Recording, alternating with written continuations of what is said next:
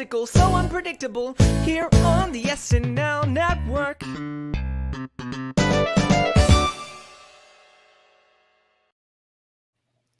Yes, that is right. Hello, everybody, and welcome to the SNL Network's Monday Night Roundtable covering the John Mulaney and LCD Soundsystem episode of Saturday Night Live. And I have been so excited to talk about this episode from the moment it aired on Saturday all the way to now on Monday night, just because, I mean, the moments that we had in this one, it's what you dream about as an SNL fan. So I'm very excited to break it down with a really fun panel tonight. We're going to talk through that Five Timers Club sketch, the Mulaney musical. We'll talk about John Mulaney's history with SNL. And it's going to be really, really exciting for this episode and the next two that we have during this run of shows. So hope you can join us live. If you're joining us live in the chat, make sure to put your comments in the chat. Always great to see that on the Monday nights to get to interact with all of you.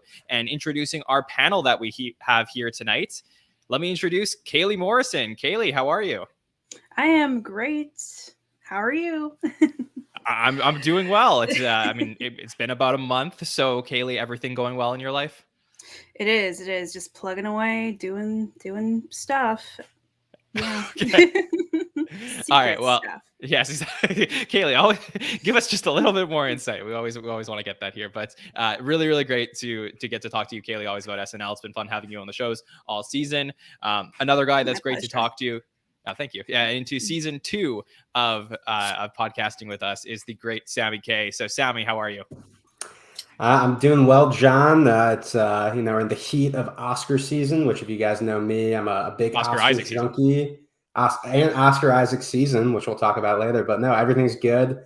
I'm just excited to talk about this episode of SNL. Yes, and Sammy's coming off a great appearance on Hollywood Dish. He basically spent about an hour talking about Pete Davidson and Kanye West, and Pete Davidson was nowhere to be found on this episode. I think you pronounced his name wrong. Oh, yeah, sorry. Yeah? Yeah? I was going to go with Skeet. Ski. Oh, yes. Okay. Thank you. Exactly. Yeah. Great to talk with you, Sammy. Looking forward to getting into this episode. And then joining us, I haven't got to talk to her in a while, and I'm so excited to get to talk to you. And that is Gabby Forbes-Bennett. Gabby, how are you? I'm great.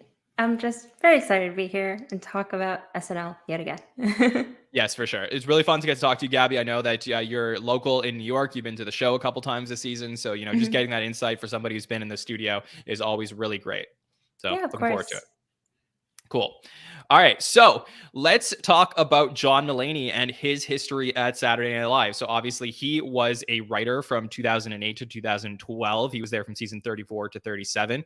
Most known for writing Stefan. I mean, that's the main thing that everybody says. John Mulaney was always changing the cue cards during Bill Hader's run as Stefan on Weekend Update, which was really, sort of near the end of, a really great era of SNL. And it was, it was really fun to get to hear about John Mulaney's involvement, especially the last time Bill Hader hosted a few years back, which was right before John Mulaney hosted for the first time. We actually saw John Mulaney appear on Weekend Update with Bill Hader. So that was a really, really cool thing, which preceded what was going to be an incredible run, something that we don't see in modern days of SNL. Back in the day, in the 1970s, if SNL liked you as a host, whether you were Steve Martin or Buck Henry or Elliot Gould or Candice Bergen, you were going to come back many times. They don't do this now. So what we got to see from John Mulaney in the last, 3+ years is 5 hosting appearances. It's just incredible. So Kaley, please tell me your thoughts on John Mulaney coming back to host for the 5th time.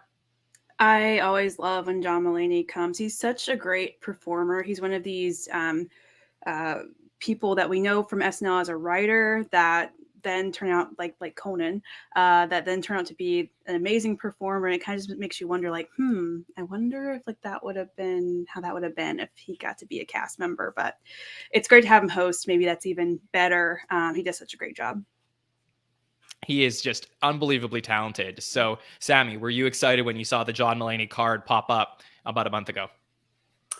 Was I excited? How's that even a question? Obviously, I was pumped, as I always am when John Mulaney hosts the show.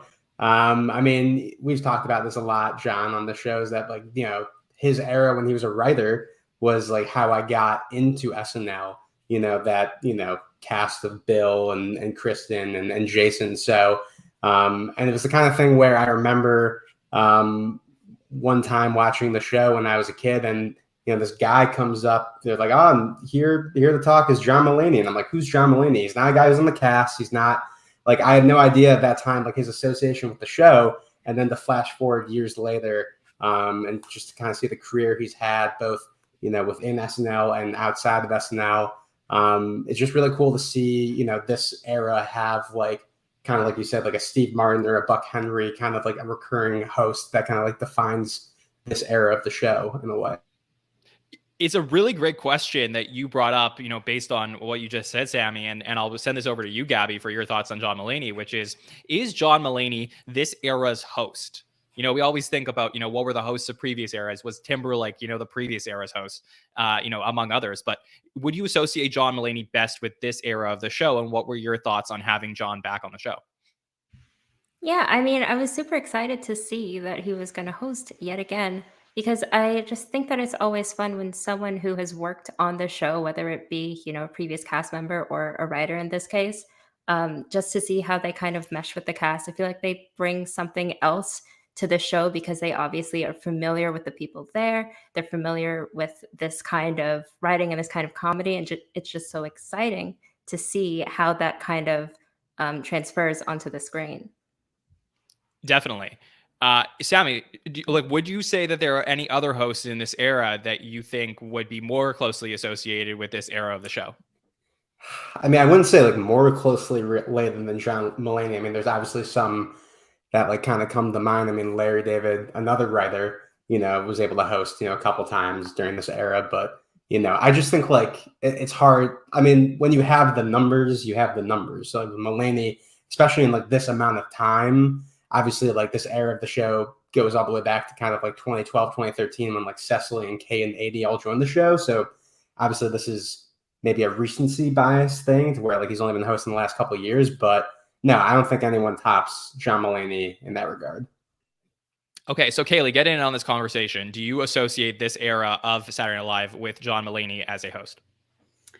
I'm super impressed that he has racked up his number of hosting gigs as quickly as he has. I think that's really impressive, and that really speaks to I believe how endeared Lorne Michaels and the powers that be are to John Mulaney, which I think is well deserved. But I think you're right, John. I feel like I don't know if this era has the same relationship with hosts as it did, say, back in the 70s. So if I felt that eras now could have a particular host, John Mulaney would probably be in that top, tier for sure. But yeah, I think more of like hosts as being like there to promote something most of the time now. Yeah, I think in terms of style, like when you think about this current cast, obviously there's a lot of drama kids, people who, love theater and stuff like that. So the fact that every time John Mulaney shows up, there's something musical around sort of makes me feel like the tone of a John Mulaney episode really matches the current cast and why they gel so much with him. And probably besides the fact that he's been well connected at SNL, why they bring him back so much is because everybody has so much fun with him when he's at the show. But the other thing that I think we have to talk about when it comes to John Mulaney is obviously, he gets, very personal with all the stuff that's happening in his life. And, this time there was a ton of stuff that happened between, the fourth time John Mulaney hosted and the fifth. And, just on a personal level, this is the first time on our podcast that we get to cover a host for the second time. It's the first time that we covered him in 46 and now we get to cover him in 47. So it's cool for us. But, so now I can properly gauge how much time between the last time he hosted and this time, but just the amount that has happened to him between, the changes in his relationships and him going to rehab, obviously, that he spoke about in his monologue. So, how does that impact, our view of him as a host in terms of his ability to share about, what's going on in his life? Is it more fascinating as an SNL viewer that we get that insight into him? So Kaley, can I ask you, how did you feel about, everything that's happened to John Mulaney since the last time he's hosted and getting to hear about it? I think this should be studied. Well, first of all, I got to see him on his From Scratch tour earlier in this past year in Atlanta. And so a lot of the same jokes are from the set he did in his live show. But I have to say, if you get a chance to go see from scratch, like he goes way deeper, and it's like a whole different John Mulaney than even what we saw on SNL. So I recommend if you can go see him. If you're a Mulaney fan, go see him. Because yeah, he gets into some dirty details that are pretty fun. I won't spoil for anybody, but yeah, it's to see how like the media and the pop culture has just honed in on John Mulaney's personal life in this past year and some change has been really interesting. And I learned the word parasocial relationship from all of this. So Right. yeah, I don't know. It's made him a little bit more human to me. I loved him before. I thought he was, such a great comedian, writer, performer. But it's been weird to see this kind of like, I won't say this person who maybe seemed like a goody two shoes, but he's not really, kind of evolve into this person with a more complicated past than I think most of us understood. Yeah, I love that, because I feel that John Mulaney, if you didn't know everything that was going on, seems just like such a nice, normal, like good person. And I'm not, he is. He might be the nicest person in the world, but obviously there's a lot going on there. So Sammy, how did you feel about knowing what we knew about him going into this episode, and then what we ended up seeing in another monologue where he described what's happening in his life? Yeah, I mean, I think it was definitely a question right after all that went down, last year, as to whether or not he would kind of keep up this streak he is going.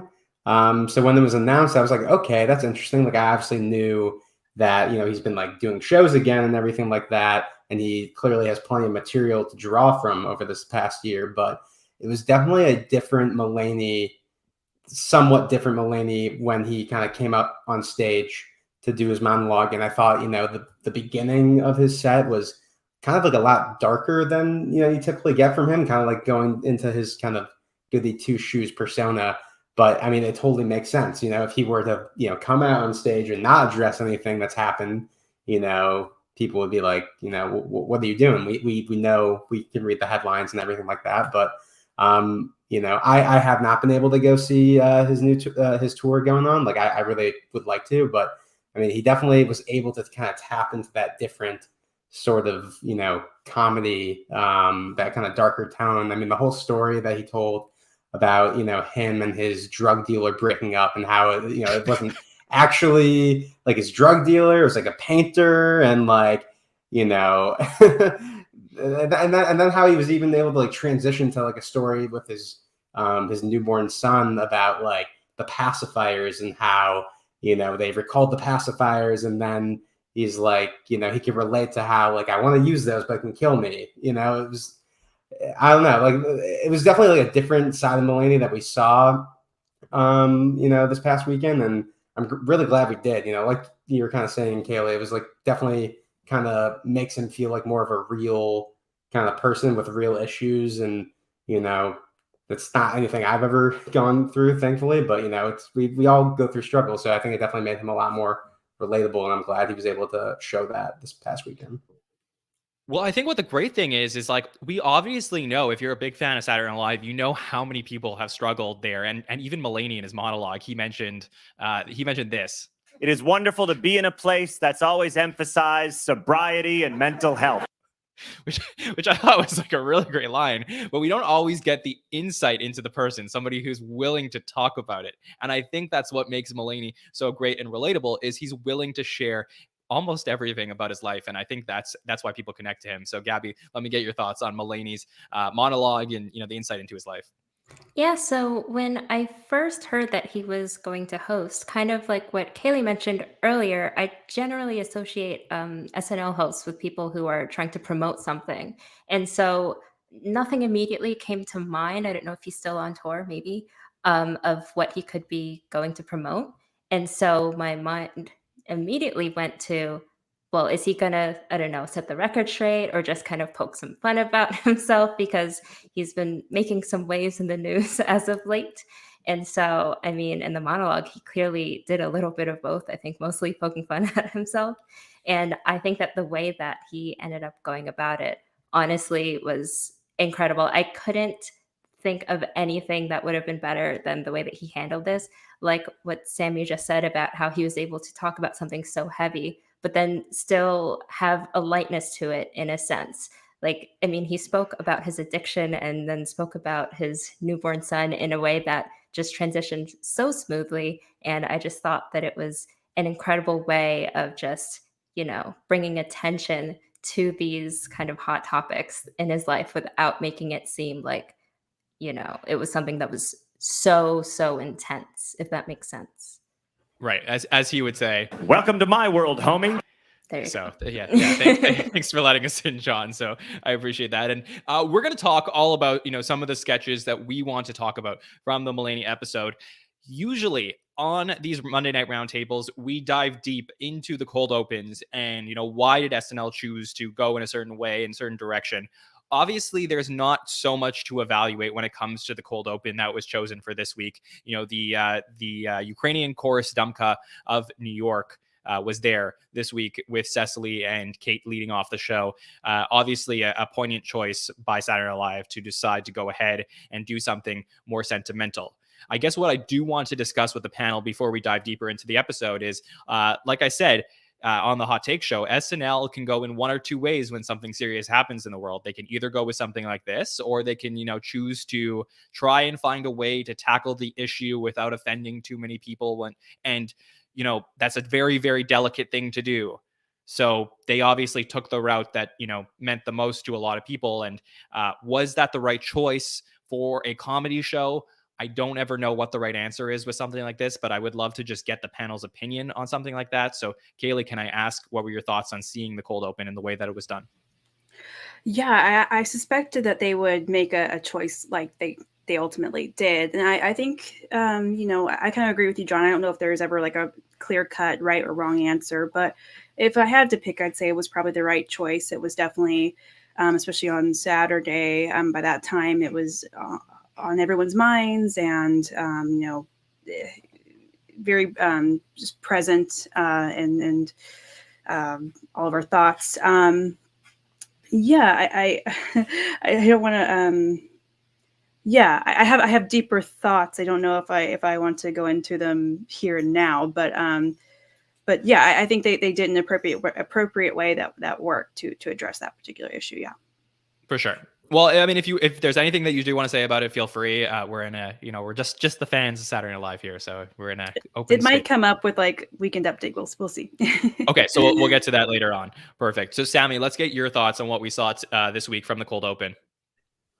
Yeah, I mean, when that first opened and Kate and Cecily come out to introduce them, I kind of going into the episode thought, I was thinking to myself how they were going to handle it, and I think they definitely made the right call. There's been times in the past where, they choose to go in this direction. And sometimes I feel like maybe that's not the time to do it. Maybe there is a time to like bring in humor to the situation. But I think especially because it's so fresh, it just happened only a couple of days before Saturday, there's not enough time to have any sort of funny take on what's going on. So I think it was definitely the right way to go. And also just in general, I mean, it was like a very like short and sweet, like I think it was like less than 2 minute, performance. And I think that even alone, just like cold opens can kind of learn from, like even not in like a time when like there's a tragedy going on, like we always talk about the cold opens being too long, but like, I just felt like the pacing of this episode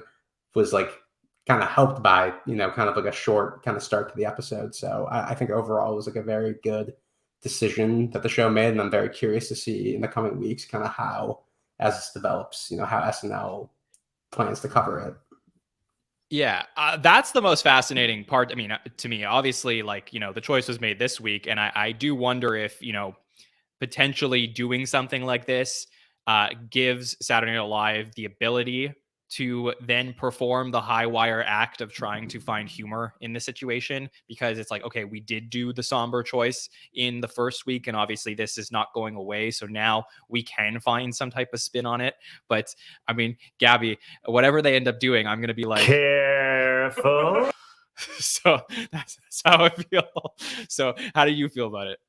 Yeah, I mean, I echo everything that's been said already. I do think that it was the better choice to have a more somber moment, especially because it's a bit, I feel, maybe too soon, or a lot of people will probably say that it's too soon to start poking fun at it. And they will probably definitely start, easing into it in the coming episodes, easing into the humor and finding some humor in something likely at the high level with some Putin impersonations.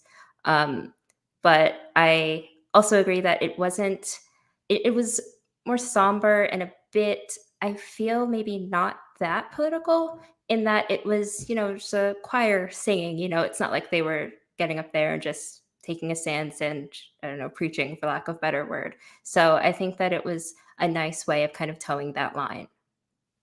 Yeah, I would agree. So look, I would, just want to reiterate to all of our listeners, I get this data, when I look at the podcast and stuff, we have listeners all around the world, not just in the United States or Canada. We're very fortunate that people from all around the world have checked out our shows. So I don't know where you're listening to this, whenever you listen to this, but obviously our thoughts are with you, because this, it does affect a certain area of the world, but not just that. There's people all around the world who connect to something like this for one reason or another. So, wishing our best to everybody and hoping that this situation turns around very, very soon. Okay. Let's talk about the John Mulaney episode and the sketches that we want to talk about. So, Kaley, I will send it over to you. What sketch do you want to start with? Oh, I wanted to talk about the Please Do Not Destroy with the good variant, as it were. Okay, the Galvini variant, as they call it. Yes. Okay, so what did you like or didn't about the Please Don't Destroy pre-tape? I thought it was just, first of all, I always thought they were good. Please Don't Destroy, I mean. I was a little skeptical when they first appeared this season, because I was like, oh, we already have so many cast members that we're not getting to really see. And, who are these guys? And, but I have to say, they've just become so charming, and we can totally see why and how they've earned their spot. I thought the sketch itself was, especially following the previous sketch where what was that one called? Someone remind me. With the Careful. Yeah, that one. The dinner. Careful, yes. Careful. Yes. Yep. Yeah. I felt like Careful was the reality of how a lot of us are feeling, and which actually made me feel kind of yeah, this one hits a little too close to home. But then the Please Don't Destroy sketch kind of flipped on its head and made me feel happy again, because it was this imaginary world of what if there was a good variant? What if Paul Rudd's hopping in and here's Roker and a big old sandwich and Pokemon are real? And I think my very favorite part, besides the guest appearances of Al Roker and Paul Rudd, was it gives you long, luscious locks, and all of a sudden they all had these beautiful gorgeous, as SNL wigs typically are, wigs. So I just thought it was timed really well, and I think it was a great transition from the previous sketch, and also I thought the transition into the following sketch also worked really well. Yeah, for sure. And we're going to get to that. But obviously, when it comes to just the Please Don't Destroy pre-tape on its own, I mean, SNL released this separately from the Five Timers Club. So this is certainly a segment that we'll evaluate on its own. And Sammy, I would love to get your thoughts on what we saw from Please Don't Destroy this week. Yeah, I mean, just to echo what Kaley said, I really, really enjoyed this segment from them. This one might be my favorite they've done so far, maybe just because the energy with this one was so was kind of what I'm looking for from a lot of these pre-tapes. There's another pre-tape on this episode with the dog food, which I felt was just really dragging on. And this one is just moment after moment, joke after joke, just hits you, and it was very effective. I mean, I felt like this was also, obviously they had earlier in the season their sketch with Taylor Swift where I forgot the exact what I'm talking about, where 3 sad versions. Yes, 3 sad versions. That one felt very Lonely Island, but this one also felt very Lonely Island to me, but not. Can I explore that? Wait, let me just. Sorry. Yeah. But I have to ask you this. Is just anybody who creates a pre-tape where people are dancing around, singing, and being happy considered Lonely Island? Did they monopolize that? Yes. It's maybe. like when it's associated with SNL, maybe. I mean, there's just things that like you see that pop up, and maybe it's like the Paul Rudd of it all. Like I associate Paul Rudd a lot with like a lot of that era of the show and Lonely Island, so maybe that's part of it. But like like the bringing in the sandwiches and the way it kind of escalated for me. I mean, maybe that's like a easy comparison to make. I think the pacing. Yeah, the pacing is very similar. I was just about to say that it was almost like the What You Say sketch, but like on drugs. Just one after the other. So it's just that the beats are so quick that's what makes it like the Lonely Island. Okay, that's an interesting perspective. I mean, it's like you have three white guys and another three white guys. That is fair. Yes, that is fair. But no, I mean, yeah, no. Just to kind of wrap this up. I mean, the music of it.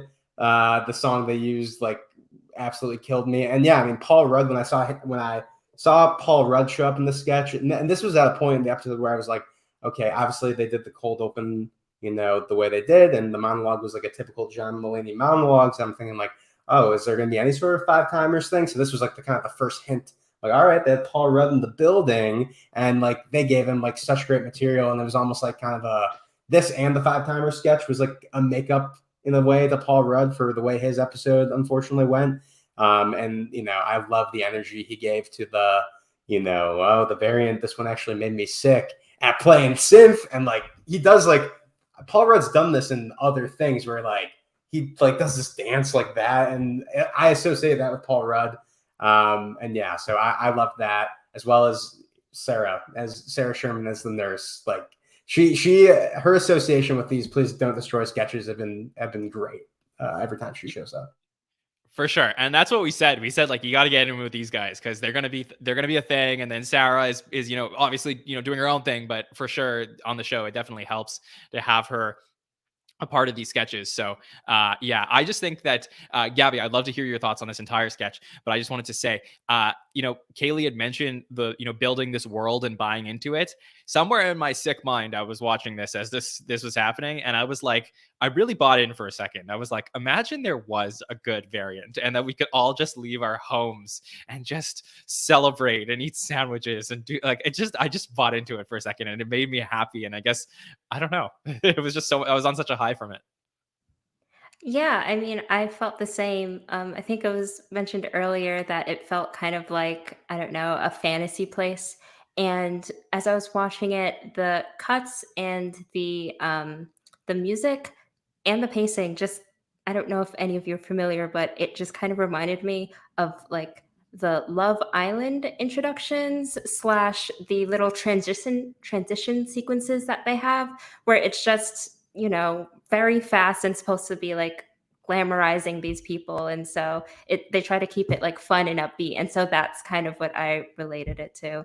And of course, always love Paul Rudd doing what I have dubbed Paul Rudd face when he started doing the synth thing. As soon as he did that, it's like it could be trademarked, honestly. And lastly, I believe that Fauci and Sweetie meetup should absolutely happen in real life. I didn't realize that I needed that to happen in my life. Yes, for sure. I am standing Fauci and Sweetie. I love this. He just hooked up with Sweetie. That was the best. It was the best. But yes, I do agree. I know this is not the Paul Rudd show, even though we obviously missed out on seeing some stuff from him. But going back to his days as Mike from Friends, and I'm a huge Friends guy. Just to see him this time playing the synth and whatever he was playing in Friends when he did something very similar. I mean, this is it was just really cool, honestly, just to get to see them having so much fun. Al Roker, I feel like if you were going to make a Please Don't Destroy and Lonely Island comparison, I'm pretty sure Roker was in one or two of those. So it was just great to have him back on the show and stuff like that. So this was all around a really great time. And obviously, they're going to be immortalized, in history because of the way that this one ended. And, I have to think that you walk away from the season and this will be the most memorable one because it carried us into a Five Timers Club sketch that, Sammy, I know you are dying to talk about. So I will hand it off to you. Why did you want to talk about this one above all else? Whew. All right. Yeah, this is. I'm very excited to talk about this. Yeah, I mean, this is the kind of sketch that, like, for me as an SNL fan, like, makes the amount of like hours. Obviously, like, I watch the show because I like the show, but like I've spent so many hours of my life watching and talking about SNL than before I was on this podcast, and it's like these sketches, these moments that you kind of are just like, yeah, like being an SNL fan is awesome. Like it felt like watching a Marvel movie to me. I'm also like a big like Marvel person as well, but like, it's just like the payoff that you get from seeing all these people who have such like a rich history with the show come in. We'll take a step back here and just talk about how like they do the transition of them, and it's Steve Martin, Candice Bergen, and Paul Rudd in the Five Timers jackets. Like, I love that transition. And then, we get the Five Timer sketch. And yeah, as I said earlier, I was like, kind of like, I don't know if worried was the right word, but like, it definitely like caught me off guard because, they didn't do it in the cold open and they didn't do it in the monologue. And so as it started unfolding, I even before even more people started to show up, I'm like, all right, this is like, and it feels like we haven't gotten one of these in a while. Like we had the one with Jonah Hill a couple years back, but I was definitely, I liked the kind of take they did it with. It was around the time of, the Time's Up stuff. So it was like the all female, Five Timers Club sketch. But this is the first time we've had one in the lounge with like all these people since probably Justin Timberlake's episode, John, right? Like, so yeah. It's been like almost 10 years. So definitely the payoff was super worth it. And then, we keep going throughout the sketch, and something I never thought would happen, or something I like always hope would happen, happened. Conan O'Brien appearing on NBC, appearing on SNL. I was so happy. I don't want to take credit for this, but earlier this year we did our host draft, and I did draft Conan O'Brien second for my draft, and people were like, "Oh, that's an interesting pick," and I was like, "You know what? This is my gift to the world, maybe." But no, I mean, seeing Conan come out. It was just incredible. Conan was like, as a kid, like in middle school, like that was like the first like late night show along with SNL that I really got into.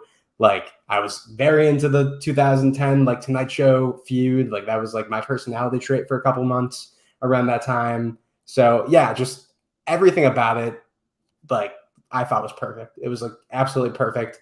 And I don't want to keep talking. I want to hear what everyone else has to say, but I loved it. I loved it. Yeah. Live from New York, it's Saturday night. Conan, we did that already. It's incredible. Just moments afterwards. Yeah, it's so great. Gabby, let me get your thoughts on what we saw from the Five Timers Club. Yeah, I mean, I thought it was great. It was like a bit of a reunion, I feel. Whenever they have these kind of Five Timers Club things or club things, it just feels like, I don't know, you're part of it with them because, likely if you recognize the people who are there on the stage, then you've probably seen all of the episodes that they're in. So it feels like what Sammy said, like, I don't know, you put in all this time watching the show and really just enjoying seeing all of these people interact with each other, then to finally see them all come together with their cameos. I guess there's so many people in the Five Timers Club right now that I just couldn't predict who was going to show up. I guess, Paul Rudd and the Please Don't Destroy sketch was a bit of a hint. But yeah, it's great. I also really, really loved the attention to detail. For Tina Fey's cocktail, she mentioned Tracy Morgan's aquarium water. And I don't know if anyone noticed, but on the mantle piece, there was a bottle that had his face on it, like a logo for his aquarium water, which was fantastic. Yeah, there was little details in this sketch, if you look at the set design, where they also had a Drew Barrymore portrait up at one point as well. And you could see, if you look on the, I believe it was stage left, but if you know, on the right side of the screen, where you could see there's like a little hallway and they had a little picture up there. So we couldn't see what that was. I will say, from a set design perspective, and I hope we get an opportunity to talk to some of the people who work in this department at Saturday Night Live at some point. But if you're ever going to do a Five Timers Club sketch, again, and hopefully, everybody's still with us. There needs to be some type of plaque for Buck Henry. I think that is something that has to be there. He's no longer with us, unfortunately, and was, like just one of the greatest hosts in the history of the show, and there should definitely either be some type of mention or a plaque there at some point. That would be my only, nitpick about the set design, but otherwise, iconic set, iconic sketch, obviously. And Kaley, I'd love to get your thoughts on it. I loved it. I thought the writing was great because it's exactly what you would imagine, or how you would imagine these people reacting to John Mulaney. Candice Bergen not knowing who he was, Steve Martin calling him Megan Mullally. And when Conan came out, I have been in love with Conan O'Brien for as long as I can recall. And when he came out, I died. I was like, okay, I did like a double take. I couldn't believe it. I was so excited. And then his timing was, even like when he fumbled on his line and did his little drinky improv. It was so him. And then the live from New York was just perfect. I loved it. And I just thought it flowed. The timing was good. It worked so well. I was so happy. Yeah, there was a lot in this, and I did say, I don't want to be too repetitive of what we said in the last show, but like I was saying, and similar to all of the panelists' thoughts, I mean, I cannot think of another show on television where you get something as fulfilling as something like this. I think that, obviously, they've done the 15th anniversary, the 25th anniversary, and the 40th, and the 40th was a night full of nostalgia. You got to see all these, great famous people all together. I know that they did a ton of, photo shoots for the Five Timers who were around at that time. And, it's very rare when you get these at, during an actual episode of Saturday Night Live, a canon episode. And this was an incredible moment. I remember watching the Justin Timberlake one live, and it was, one of the greatest things I've ever seen. And I'm a huge Timberlake fan. So for me, it was just so cool. And just, I purposely chose this Saturday not to be spoiled. I said, like, anybody who was going to tell me who was in it, I was like, hey, I don't want to know. And I did have that, nice moment of not knowing that Elliot Gould was going to be there, which, I totally get that. People were so excited about Conan, and I was too, but just to have Elliot Gould, somebody who hasn't been at the show since he was swimming in the Five Timers pool in 1990, was just so cool for me to see him there. And if you have never watched an Elliot Gould hosted episode of SNL, what a great host he was back in the day. So I am interested. I'll get the panel's thoughts on this. A couple things about the Five Timers Club. One, I'm interested to know, are we going to get any more Five Timers before the 50th anniversary rolls around, or is that the next time we're going to celebrate them? So I'll throw out some names, some options potentially that are, hosted 4 times. Dana Carvey, there's Emma Stone, Charles Barkley, Chuck, Woody Harrelson, Kristen Wiig. Those are all 4 timers now. Will one of them, get into the 5 timers, prior, the next like 2.5 years? Kaley, what do you think? I think absolutely. Especially I think I would probably put Kristen Wiig at the top of that list. I think it's probably going to depend on which of these folks have something to promote. That and the timing seems right, but I think it's very likely. I think this sketch was so fun, and I think there will be so much positive reaction to it, and just the cameos in general are so fun that I think they're not going to hesitate to do another one soon. Yeah. I agree. I think Kristen Wiig probably is the betting favorite. Sammy, do you agree? And so that number for Kristen Wiig is counting her SNL at home. If SNL counts it, we have to too. Yeah. Interesting. Yeah, I don't know. I mean, I guess if we're counting, and this is something I'm wondering. So Paul Rudd's, obviously in this sketch, Paul Rudd, they made the joke about all right, I'm giving him my jacket to John Mulaney. So is he are we considering Paul Rudd in the Five Timers Club, officially, despite? Yes. Yeah. Okay. I was making sure. I want to know the canon and everything. It's similar to the Kristen Wiig situation is a bit of an asterisk there, but I'll let slide. Yeah. I think Kristen Wiig is definitely the most likely. I probably would like to see Emma Stone there because as somebody who's Superbad is my favorite movie, the fact that Jonah Hill is already in the Five Timers Club, to have Emma Stone also be in the Five Timers Club, just as a personal W for me, I think that'd be pretty cool. But I think it'll definitely happen. Somebody will get it. All right, Gabby, let me get your thoughts. Is there somebody who's a 4-timer who you think is going to get there in the next couple of years? Yeah, so I'm at least hoping for Kristen Wiig, just because I think that episode with her hosting is just like a recipe for success. I just feel like she'll be able to reprise all of her classic and iconic roles, and it seems like a great excuse to just get lots of cast members from her kind of generation of, SNL royalty back on screen. And I'm sure that the fans will go crazy for it, especially because, it's a little bit more recent. And I think I am also a little bit biased because that's kind of like the era of SNL that I grew up with and is probably closest and dearest to my heart. And so I think that that's probably my top, wish. Yeah. I was just to jump sorry, go ahead, in Tommy. real quick. I think it would be cool if Kristen Wiig does get that to do the 5-timers club sketch with some people who we haven't seen do them before, like who were members of the cast, like Will Ferrell, Bill Murray, like all like have it like something to do with like people who have been in the cast who are like 5-timers. I guess I don't know Chevy Chase's status with the show, but I think like there's something there that I think would be pretty cool. Obviously Mulaney, as well with his history with the show.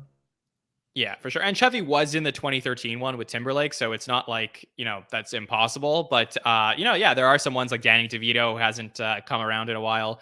And, Ben Affleck, could he be Melissa McCarthy, The Rock? While would be interesting to see in one of these. The other question we did ask our audience, and I'll get the panel's thoughts first, is which 5-timer do you wish was in the 5-timers club sketch this time that wasn't there? So Gabby, let me start with you this time. Is there a 5-timer that you would have liked to have seen in the sketch that we didn't get?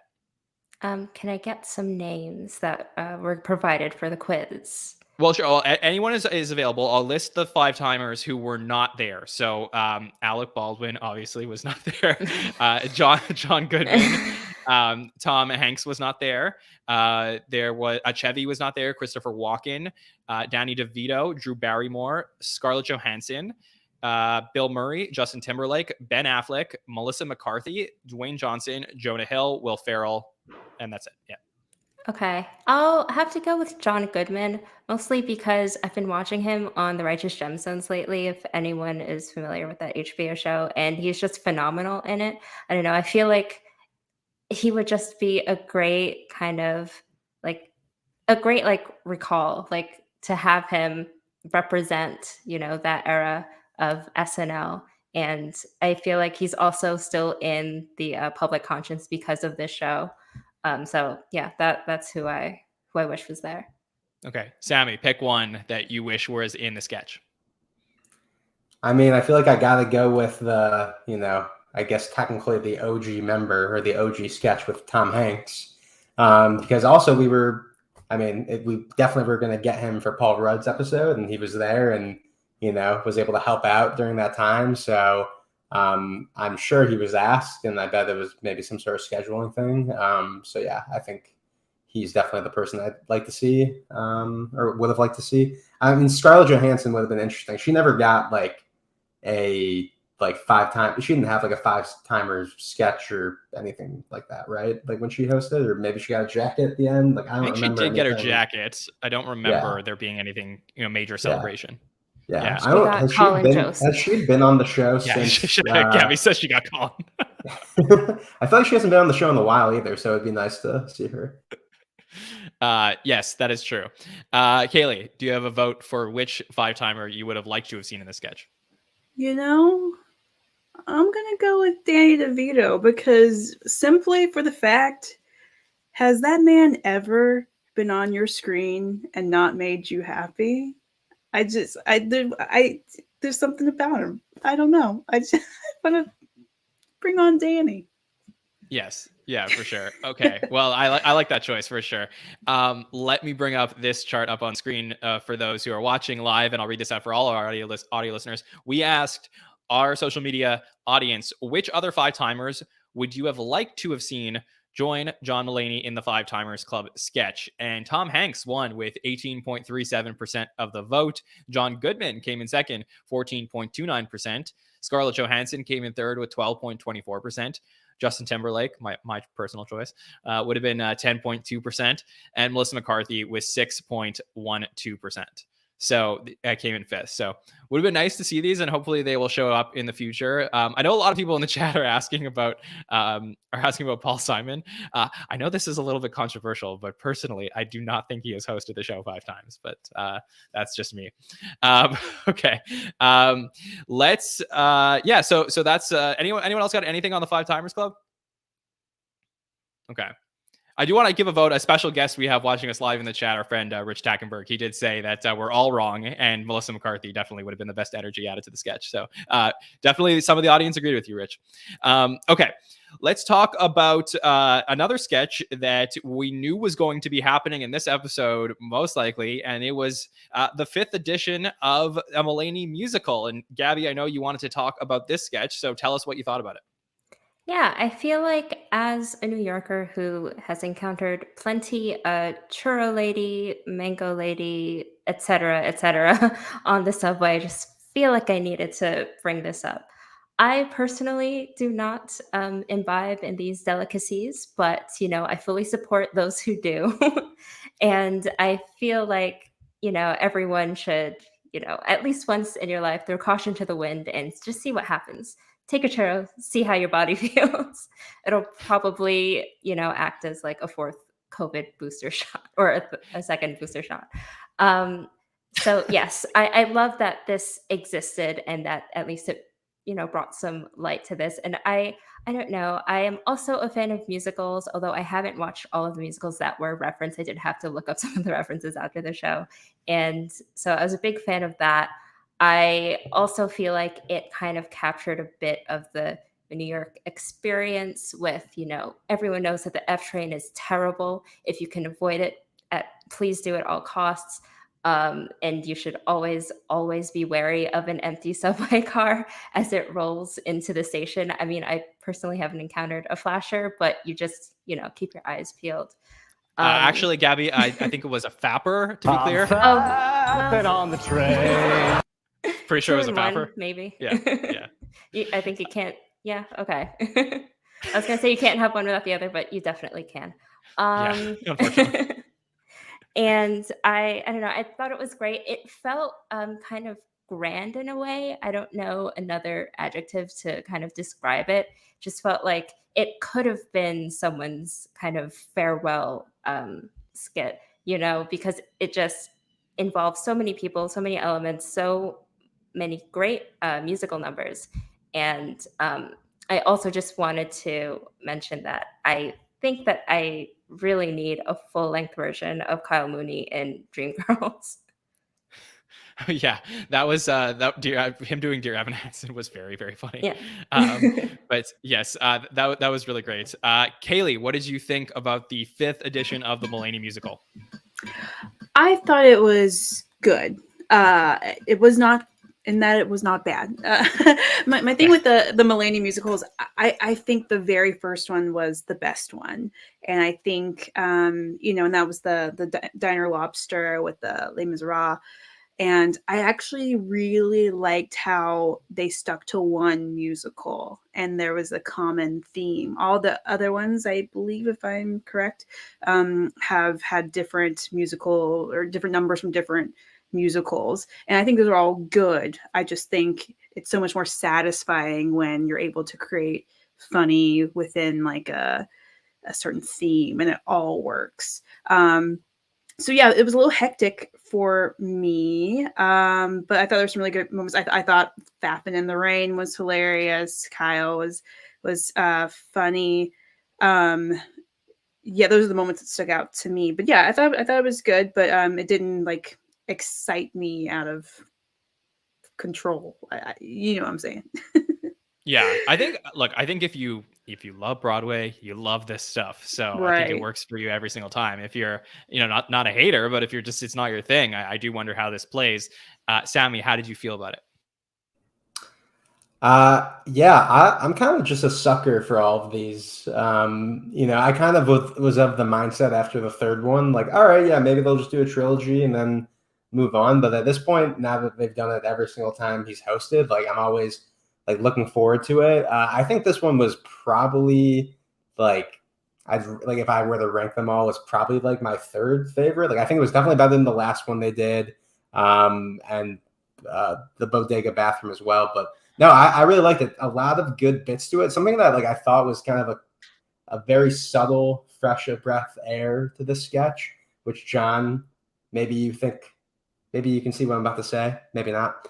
But swapping out Pete for Dismukes as like the Chris Red sidekick, I thought maybe worked better for this kind of thing because I don't know, Pete is kind of just playing himself, and not that like Dismukes is playing like this, character that's so different from Dismukes, but I don't know, there's something about it that just matches the energy more of how the sketch went on. I like how just randomly he like has a lisp, like, and it was like a very funny lisp, and they pointed out, and he gets involved in some of the musical numbers, which I don't think Pete's character ever did. And so I thought like, obviously that was out of necessity. I don't think that was a creative choice because Pete wasn't there, but I thought that was like a cool change up. Really enjoyed the Mole Man Fiddler on the Roof parody, seeing like the featured That's what players. I thought you were going to say. You did like the Jewish influence. Yeah. That's not my one note. All right, just I'm Jewish. No, I love seeing the featured cast members like all dressed as like stereotypical Jewish people in the backgrounds. Yeah. I mean, and also like I feel like I've said this a lot on the show, but Sarah Sherman could do like anything like with limited screen time. Like she didn't have any lines, but her like behind Mulaney, just like making like a funny face, like with her like beard, her fake beard, like that was a highlight. Like Punky, I thought had a really great role. Like I like these sketches, especially when we have such a big cast that even though there are still some cast members that didn't have a role to play in this, a lot of them got to shine. I mean, Alex Moffat, fapping on the train. I mean, that was incredible. The little pixelated, prop that they put over his junk was also funny. Very funny visual humor. So overall, I like this one. Definitely not the best, but far from the worst of this series. I'm sorry, just wanted to comment that Alex Moffat fapping on the train was incredible is probably a sentence that has never been spoken before. and now knowing John, that's going to be a soundbite. Yes. I'll play my Gabby soundbite. But I do have to talk about just, the set design here was just unbelievable. I think we had a water tank in a previous sketch, but anything like the train moving in the background was really, really cool. So for me, there was just a lot of stuff here. And I think that what when these work, they feel fun and not forced. And I think this one felt more fun than forced. Now, the big thing that, like a previous, obviously we had 80 as Jesus come out, like another biblical figure. I parted the commentary C's on Saturday night when I said that I think that we should close the book on these. A lot of people in the comments were like, no. We have to get these every single time Mulaney hosts. And a lot of people were like, yeah, okay, let's end out on a high. That was my opinion on it. I'd love to go around the panel and say, if Mulaney hosts again, does he have to do this, or can we just, close the book on these? Kaley, I'll start with you. I think like any great artist who finds a niche, I think every few years you have to kind of blow that thing up and completely reinvent it. So I would not be sad if we don't see another Mulaney musical on SNL, but maybe it could be replaced with something based on that, but totally unexpected. Something we can't even imagine at this point. I think he could find something cool that becomes his next new signature. Yes, I agree. Gabby, what do you think? Yeah, I feel like this could actually act as like the end. I don't know, because there was so much because everybody was involved. It just felt like a kind of fever dream of like cast members coming in and out and just craziness. I feel like it was kind of the big hurrah, and they can end it after this. I feel like it's a good note to end it on. Yeah. Okay. All right. So I like this. All right, Sammy, what do you think?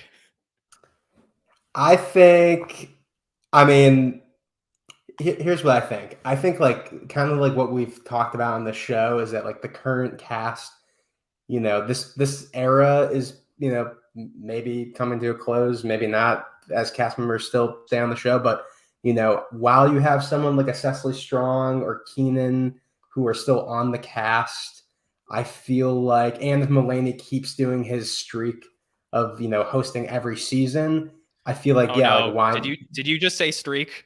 Oh no. I'm fapping on the train. Please go on. All right.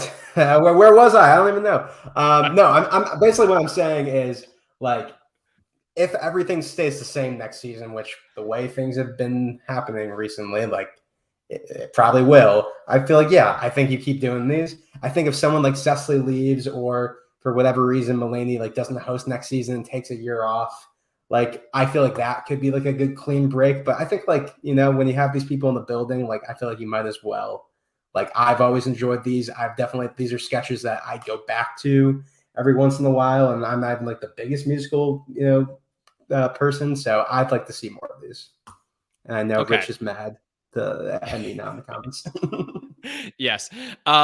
Okay, so we did ask our audience as well. We said, do you want the Mulaney musical traditions to continue? And pretty overwhelmingly, 80.92% said yes.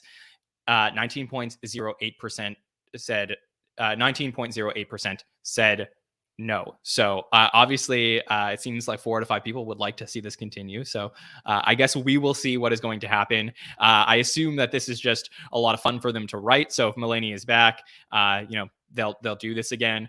I'm fine with them not doing it, but whatever. I had a good time with this one, so I'm glad that it happened. Okay. So the sketch that I want to talk about from this episode, obviously there was a ton of great stuff. It was a really wonderful episode, but I loved what I saw from the monkey judge, the monkey trial that we got with John Mulaney as Judge Tango. I think that in the last couple episodes where we saw John Mulaney, we started, you know, not getting as many fresh ideas. And recently, with our patrons, we did a watch party of the previous 4 episodes of John Mulaney's hosting career. And I was trying to figure out with a couple of our patrons what made John Mulaney 1 and 2 work so much better than John Mulaney 3 and 4. And I sort of felt that John Mulaney came in for 1 and 2, and he really influenced the tone of the episode. And it really felt like a lot of, I mean, we know for a fact he had a lot of sketches that he didn't get on back in, you know, 2008. And he brought them to, you know, the 2018, 19. And I felt that what happened with John Mulaney 3 and 4 was that episode was way more influenced by the current writing style. And I don't know that that worked as well in terms of some of the sketches we were seeing in these episodes. But Monkey Trial for me, which ended up being written by Please Don't Destroy, and I assume that Mulaney had some influence like he did for most of the sketches in this episode, was a really fresh concept. I know a lot of people made comparisons to Unfrozen, a Caveman Lawyer with Phil Hartman back in the day. But for me, this was really fun. I loved that there were not a lot of cast members in this. And even Cecily's role in this was limited to the back half of the sketch. So I was excited to see, you know, Melissa, who was in a starring role with Keenan, JJ, and Mulaney, and they were just working off each other on a really fun concept. And it's something that we don't always get on SNL these days. So I really love this one. Kaley, what did you think of it? I liked it.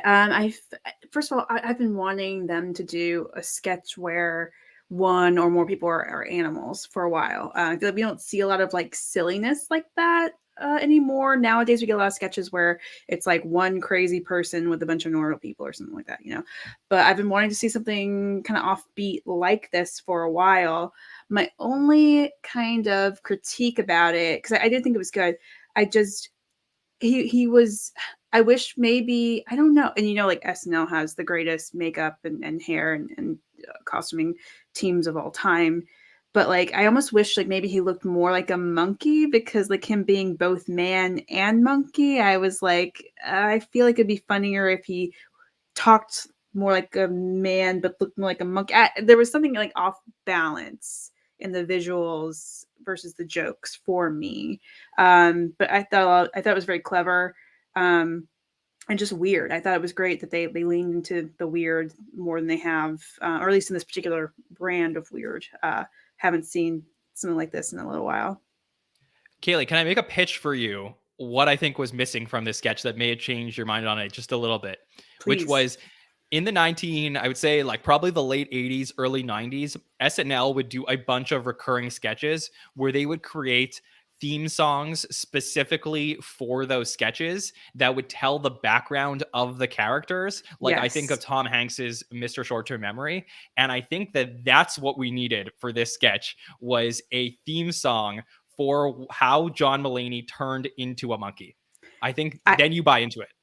I think you're exactly right. I didn't think of that, and I think that would have filled in all the blanks. Yes, I completely agree. Yes. Okay. All right. I'm glad I got your approval. Sammy, what did you think of Monkey Trial? Yeah, I really liked this one. I loved how it came on like right after the monologue as well. Just like kind of like hit the ground running as far as like an absurd concept on the show. I mean, personally, like, yeah, I loved like how it was just like a juxtaposition between like the Mulaney like looking like a monkey, but like just delivering jokes like he was John Mulaney. Like he had no difference at all in like the way he was delivering things. I mean, I just thought, I haven't come across many monkeys in my day, but like all of the references, like I somehow I'm like, oh yeah, like a pile of shredded like paper. Yeah, that makes it like for some reason my brain knows that monkeys like that, or like the throwing sand to show dominance and stuff like that. Like a lot of like really good visual humor that didn't overstay its welcome. It did, like John, kind of like what you're saying with the theme song of it all.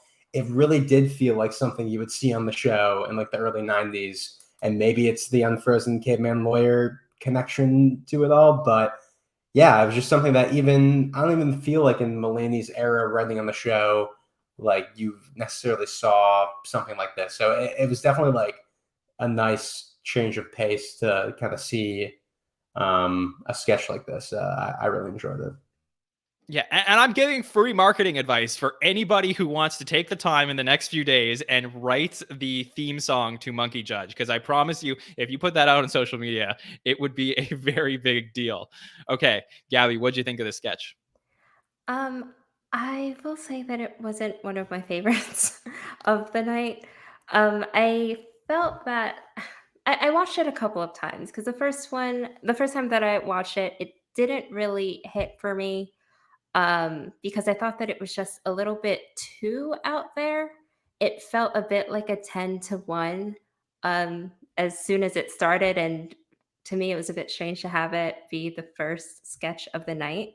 But I did kind of enjoy like the pacing in it and that back and forth between John Mulaney and Cecily Strong with what was it? I love monkey or whatever she said. Oh, I love baby. Yes. She said this, Gabby. You are the alpha. You are the alpha. Oh, yes. I thought that was great, but that was kind of like the peak for me in this one. I don't know. Maybe my humor just needs to be like weirder. Like just like I like the Nickelodeon sketch that they did 80s role in it. I don't know why. I think that just that kind of silliness hits something in me and it just makes me giddy. And this didn't really have that for me. For sure. Well, let's transition over to anything else from the episode that we want to make sure we talk about. And Gabby, that's a great point. Let me get your thoughts fully on the Nickelodeon sketch that we saw. Yeah, I just thought it was dumb fun. And that's what I enjoyed about it. I don't know. It's a crazy premise. I mean, who thinks of this? The different consistencies of the slime. I feel like someone just watched a clip of something on YouTube from the 80s and thought, hey, that looks weird. Let's write a whole sketch about this. It felt a little bit, if anyone's familiar with Degrassi, felt like a bit of an unhinged Degrassi Junior High with the very serious insults and then the silly slime. So I don't know. I also feel that John Mulaney just seems Canadian to me, so I thought it was fitting. Yeah, that is definitely true. Sammy, what did you think of what we saw from Nickelodeon show? Yeah, I think someone like in the writers' room like just has is a big fan of Nickelodeon or something. We got that Double Dare sketch a couple weeks ago that I really enjoyed in the Will Forte episode. And yeah, someone who grew up on Nickelodeon, just like the premise alone was funny. And it was like it was kind of doing two different things. It was doing like the jokes that you see on a sitcom from that era that don't necessarily age well, like alongside the physical humor of somebody getting slimed incorrectly or at a bad moment. So it was funny to me on that level, to where like they were doing like two totally different things and just kind of like mashing them together. So I thought it was just like incredibly dumb, but the physical humor of it all really worked. I'm really curious if after Mulaney got slimed, if like he ad-libbed, like, or he improvised, like he was like just like Jesus Christ, like it felt like a genuine like reaction. Like he didn't think it was going to be as intense or anything like that. But I don't know. Yeah, I thought this was like dumb fun. I kind of wish this had, I mean, just I guess with like the pacing of the show, this like felt like a good place to end.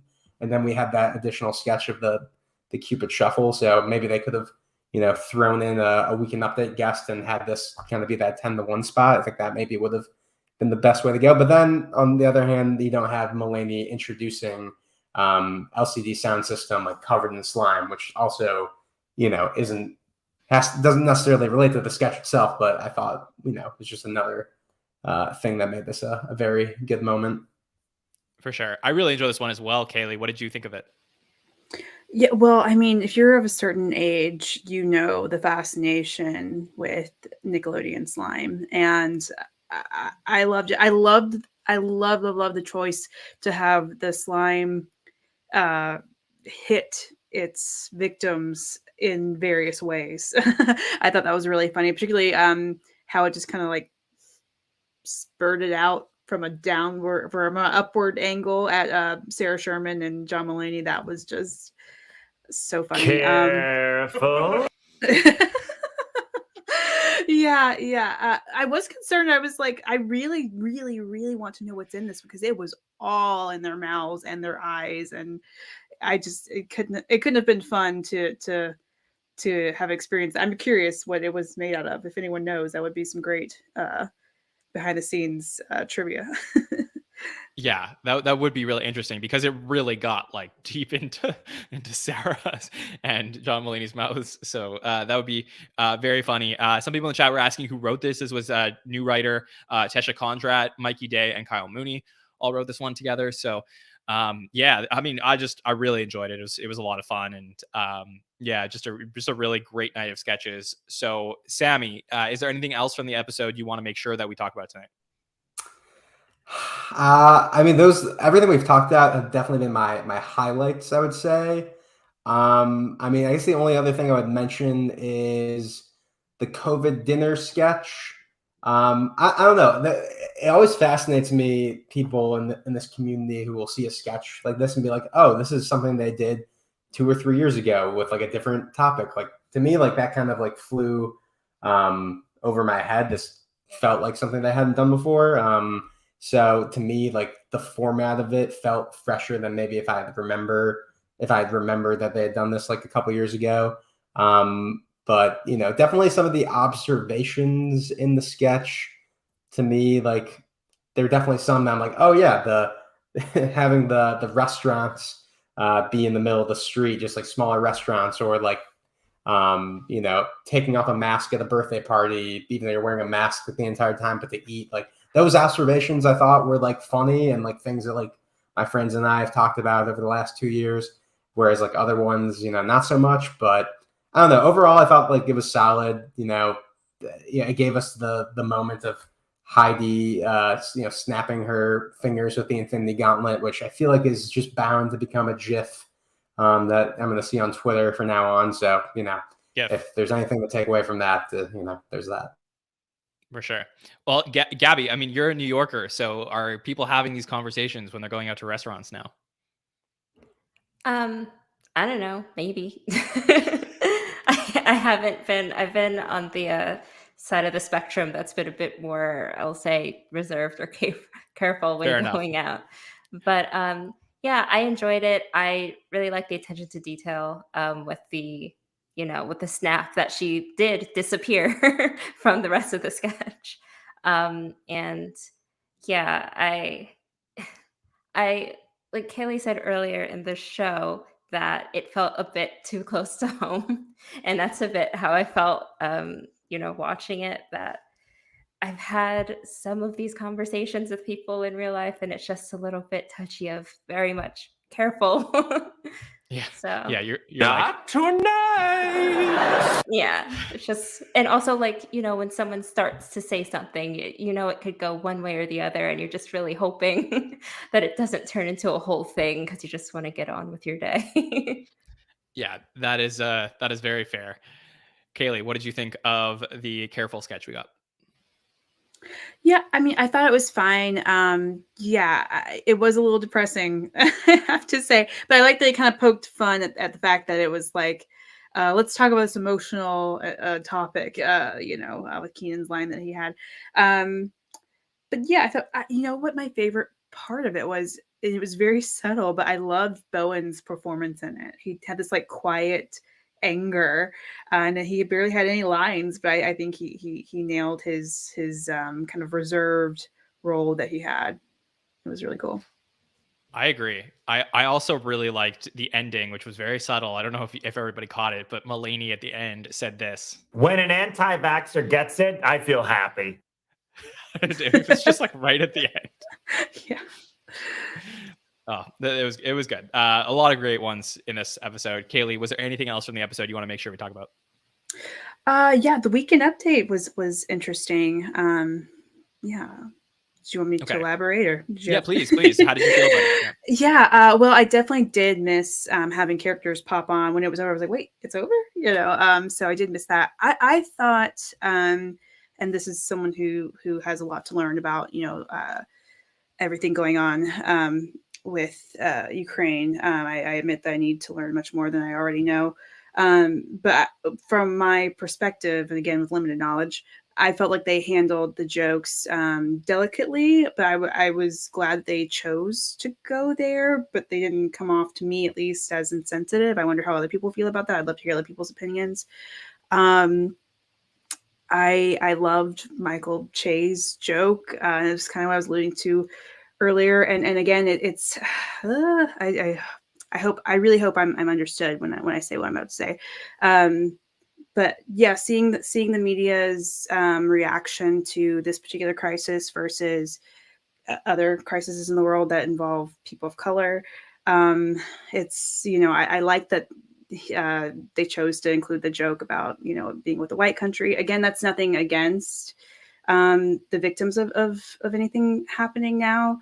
I think it's just important to point that out, how the media chooses to cover and what the media chooses to cover. So I thought that was a fair and interesting choice of a joke to make. But yeah, I thought the jokes all worked from this one. And yeah, even without the characters, which I really, really missed, I thought it was a good weekend update. For sure. Yeah, thanks for sharing your thoughts on that. Gabby, how did you feel about weekend update overall? Yeah, I also thought it was quite short. I guess they had to, spend more time during like doing the subway churro sketch and things like that. But yes, I think that maybe honestly that Michael Che joke was kind of like a preview of what may come in the next few episodes. The way that SNL in general is going to start approaching this very serious conflict, just kind of, little jokes like that. One thing that did stand out to me was the reference to the NBC Olympics. I don't know if any of you have seen, but I guess Leslie Jones has started commenting on it, like just in her spare time, because she just really loves the Olympics, and a lot of people have been, listening in to what she has to say and rallying behind her. And I know that she had some sort of, I guess NBC just didn't necessarily like what she was doing. I only looked into this like very briefly, so I don't know the specifics of what was happening. But I know that people were definitely rallying for her to like be one of the commentators for the Winter Olympics. And so it would have been insane, although I don't think very likely if she had made an appearance in the Weekend Update to say something about the Winter Olympics, because it seems that a lot of people really enjoy the kind of commentary that she has. Oh yeah, I mean, if you follow Leslie on Twitter, she used to comment about Game of Thrones episodes, and it was just the most amazing thing in the world. And I did actually see some of her commentary on Twitter about the Winter Olympics, and truth be told, it was more, exciting than the actual Winter Olympics. So definitely a mistake, and I think that definitely no need to alienate Leslie. So I would love to see her back on Saturday Night Live at some point. That would be really fun. Sammy, let me get your thoughts on Weekend Update. Obviously, no guest commentaries this week, so an interesting choice. Yeah, no, I mean, I thought it was like solid. I mean, I've rarely like Weekend Update in this era is like definitely one of the more consistent aspects of the show every week. I think Michael Che and Colin Jost, that they're just good at telling and writing jokes. As far as like the idea of not having guests, yeah, I mean, in this episode, I definitely didn't miss it. I do think like there was like a sketch or two, like the dog food sketch that I mentioned earlier that I didn't love so much. I mean, like, if I had to, trade out like something from the episode, for like a guest, like, do something like that. But, as far as like going forward, I mean, like the episode overall was so strong that, look at me over here being greedy that, I'd want like another, Weekend Update guest, I mean, obviously it's just another opportunity, especially for the newer cast members to get airtime, and I know, this week, I don't think any of the featured players were the ones, but, it's people like, Alex and Melissa, right? I think they had, segments that were cut. So, I mean, always good to see them more often. But as far as like going forward, yeah, I mean, if you have better live sketch material or pre-taped material that hits better than a Weekend Update guest, and I don't think the show needs to like feel compelled to, put a character on, in those weeks. I think it's just like a case by case sort of thing. I agree. And Sammy, as to what you said about the dog food sketch, People like you should be hung in a public square. I didn't know anything. Yeah, so I agree. Yes, but this was a big question. This was something we did ask on social media. We were curious. This particular question, which was for action-packed episodes of Saturday Night Live, just like this one, do you think having no guest commentary on Weekend Update is a good thing? Is it, best to do without, or do we always need guests? And I don't really have a clear opinion on it. And it seemed that neither does the audience. We have a pretty much 50-50 split on both Twitter and Instagram when we asked. So I think that the fact that the truth is, this did work. I mean, was it the best update of the season? Definitely not. I mean, I know a lot of people felt like it was just okay, but I don't think that is, just because they didn't have guest commentaries doesn't necessarily mean that is going to dictate the overall tone and quality of a Weekend Update. So if you need to be flexible, if it's not working, then, do it without the guests. I'm okay with that. So, yeah, I'm fine either way. Okay. So, the other, just, going through the sketches, anything else I did want to mention, the other thing on Update I did like when Colin Jost made the joke about the 2 batteries that were stuck in that man's penis. And he was like, that was a very good one. Of course, we didn't bring it up. We brought it up earlier during the Five Timers Club, but I did love this line from Steve Martin, which was Megan Mullally. Just a very wonderful line. And yeah, I think we pretty much covered everything that we wanted to talk about from this episode. Let's talk MVPs. So, obviously just looking at the sketches from the night, everybody got a sketch in the episode. Ego and Bowen were only in one tonight. Pete wasn't in the house. Andrew and Aristotle were also in one thing as far as featured players were concerned. Cecily won the night with 5 sketches. Keenan was in 4. And then, we obviously had a pretty decent split between other people in 3 and 2 sketches. So what we do every single week is we ask on Twitter and Instagram. You could always find these polls up on Mondays before our roundtables. You can ask you can answer the question, who is the episode MVP? It could be the host, it could be the musical guest, it could be cameos, it could be any cast member, anyone who appeared on Saturday Night Live can be the MVP. We have tallied up the results, and before I bring them up, I will ask our panel what they think. Give me a top 3 for the MVP for this week. Sammy, do you want me to start with you? So just to be clear, am I guessing what the poll results were, or am I saying my own personal? Guess what the got it. Yeah, exactly. The poll results. Yeah. Got it. Yeah, I think I got this. All right. I think Mulaney was number 1. Then number 2 was Conan.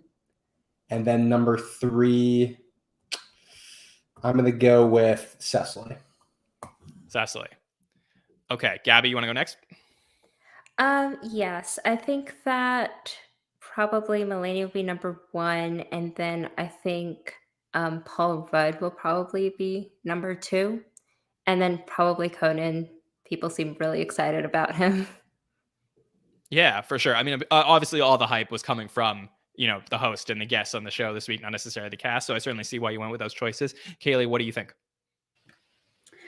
I think John Mulaney is probably number 1. Then maybe Conan, because he was just a surprise and beloved. And then I think maybe number 3, Steve Martin, just because of legend. I'll guess him. Yeah, that's totally fair. All right, so I'm going to bring up on screen our MVP votes, and really interesting. I mean, there were votes, for more cameos in this particular one than any other vote we've had for MVPs the entire season. So our episode MVP results for the John Mulaney episode is John Mulaney coming in first place with 23.81% of the vote. Conan comes in second with 19.05% of the vote. And Paul Rudd comes in third with 13.33% of the vote. Cecily came in fourth, 8.57%. And the Please Don't Destroy guys came in fifth with 4.76% of the vote. All right. So really amazing episode to start off our run here at the end of February and the beginning of March. I am pumped for what is to come. Next week, we have Oscar Isaac hosting for the first time, and we saw Oscar earlier this season. We saw him on the Jason Sudeikis episode in What Up With That, and obviously he, made some friends at the show, and they wanted him to come back. I believe he's going to be promoting the new Marvel series coming out. That'll be Moon Knight. That's coming out later in March, so it'll be very, very fun. Obviously, a very well-known actor, and Charlie XCX gets a second shot to be the musical guest after missing out on that Christmas show. So, Kaley, what are your thoughts on the show we will see next week with Oscar and Charlie? I think Oscar will either soar like in an Adam Driver type of way, because he's such a, we're used to seeing him in dramatic roles, but maybe he'll be like really, really funny. Maybe he won't. I'm hoping for the former. And the Charlie XCX, hopefully she'll come in and hit really hard. I know it seemed like she was really sad when she had to cancel before. So hopefully she'll get to rejoice and it'll be a great performance. Okay, Sammy, what do you think about Oscar Isaac coming in, continuing the Marvel tradition we've seen all season? Yeah, no, I definitely a lot of Marvel hosts this season, but I think that says a lot more about the state of Hollywood right now than it does who SNL's booking. But no, I'm super excited. When he popped up on the What Up With That earlier in the season, I was just like, whoa, that's Oscar Isaac, somebody who I've been, a huge fan of over the last couple of years. Definitely one of the best working actors right now at the moment. So I definitely do have like an Adam Driver, Timothée Chalamet level sort of hope and expectation as far as like how he'll do as an SNL host. I tweeted out earlier today a video of a scene from the movie Ex Machina that he was in. And there's a scene of him dancing for like 2 minutes.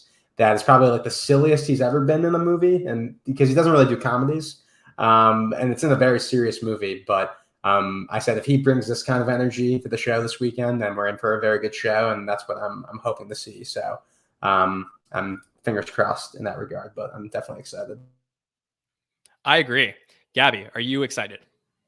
Yes, because I think it's always fun to see someone who is known for their dramatic roles in, a setting like SNL, to see their comedy pipes and how well they sound. I guess if he was invited to host because of his cameo in the Jason Sudeikis episode, then, clearly some people, the higher ups in SNL saw something in him that seemed promising. But then again, it also could just be he wants to promote the movie that's coming out. So I'm not sure. But I think just in general, I have no expectations, just ready to be wowed or not. Yeah, I just really hope that SNL continues the momentum from this week. I think that we're back in a good place right now with the show. I think the writing was really crisp. I want to see what's going to happen this week to see if we're on that path where we're going to have a very strong end to the second half of the season. So obviously 8 more episodes to go in this season, and I want to continue the momentum now that we're going to have 8 episodes in the next 12 weeks, I believe. So a lot of Saturday Night Live that's going to be coming up very, very soon. So very excited to what we're going to see from Oscar Isaac. And, we'll be talking about that all week long on the podcast. So if you're, just coming in live for the end of our roundtable, go back, check that out. Check out our hot take show from Saturday night. It was really, really fun to get to talk to the panel. We had a new podcaster with us, Kalina. She was really, really great on the show with us, as well as Andrew Haynes. So check out that show and the show from tonight. We also have our patron feedback show on Wednesday night. That'll be at 8 p.m. Eastern. You can join us live for that show with patron Alex P. Roger. If you would like to podcast with me and talk about Saturday Night Live, join us at patreon.com/the SNL Network, where we can talk about SNL for 1 week this season or multiple weeks, maybe depending on when you are able to join us this season. If you want to get your questions in for the show, make sure to answer our form that we're going to post tomorrow on Twitter and on Instagram in our stories, and we will make sure to answer all of your questions on Wednesday night. On Thursday, we have Hollywood Dish, and just a quick programming note, that'll be starting at 9 p.m. Eastern instead of 8 this week. We have hosts Nicole and Rebecca that will be back to talk about everything that is happening in pop culture to get you ready for the Oscar Isaac and Charlie XCX episode. I believe they have a special guest on this week as well. One of our great podcasters, Morgan, will be joining them on Thursday. And then Saturday night, we are back for Oscar Isaac and Charlie XCX's episode of Saturday Night Live. Join us for the hot take show about 1:10 a.m. immediately after the show airs to break down everything from the Oscar Isaac and Charlie XCX episode. So I look forward to seeing you all in the chat for that. Okay. Kaley, please tell the listeners where they can reach out to you and all the wonderful podcasting you are doing. Yeah, well, you all can find me on both Twitter and Instagram at ZE Kaley Morrison. Also, you can check out my podcast that I co-host with my sister, which is Twindigenous. And it's a pop culture podcast. We just happen to be 2 Indigenous twin sisters. So we have our Indigenous perspective, but it is a pop culture podcast. So it's for everybody. So I hope you'll check out Twindigenous. Yeah, for sure. Definitely do that. Kaley is incredible at what she does. Okay. My pleasure. Sammy, you are incredible at what you do too. And it's always a pleasure to get to talk to a super fan of Saturday Night Live. So thanks for joining us tonight. You just called me incredible. You just made my whole night. Wow. John, always great to, be on this end of the virtual table with you. You guys can find me at that Sammy Kay on Twitter, Instagram, and TikTok. And yeah, definitely check out the SNL Superfan Takeovers. Most recently, we did an episode for Valentine's Day. So, it's still February right now. So if you're still in that Valentine's Day spirit, go check out that episode and watch us talk about our favorite sketches that have to do with all things love and romance, and gets a little raunchy. And then also I was just on the Hollywood Dish, as John mentioned earlier, with the great Nicole and Rebecca, and had a lot of fun talking about Kanye and the Oscars. So definitely check that out if you haven't already.